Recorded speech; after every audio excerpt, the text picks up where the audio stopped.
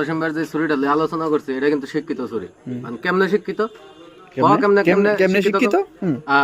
বিষয় আছে। আগের যুগে তো মনে করছে স্কুলে যাইতে গেলে ওই যে জঙ্গল টঙ্গল গেছে, ছুরি যে ছুরি আসিল এই ছুরি মনে করছে অর্ডার দা বানাইছে, এটা ইস্পাতের অরিজিনাল ইস্পাত। বেটা কমরও করে স্কুলে যেত ক্লাস, ওরে সর্বনাশ এটা সর্বনাশ আমার কথাবার্তা। বেটা যে সময় মনে করছে ওই বইয়ের উপরে দিয়ে ছুরিটা নিত, ছুরি বইয়ের লেহাডি ছুরির মেঝে উঠতো, এটা শিক্ষিত ছুরি না বেটা। হেলার দাদার দাদা দাদা দাদা যে সময় পরীক্ষা দিছে সেই সময় ঢাকারটা থুইয়া সেরা বেরেঞ্চের মেঝে পরে পরীক্ষা দিছে। এটা মনে হচ্ছে ভিডিওর মতো কাজ করছে, এই ছুরি তো নকল করছে। এরপরে মাস্টাররা কিন্তু এই ছুরি দেখতে পারছে না, কেমনে জানোস নি? এত ফর্সা আসলো, এত সাদা আসলো, দবদবা সাদা, চোখে ঝিলিক মারছে বেটা।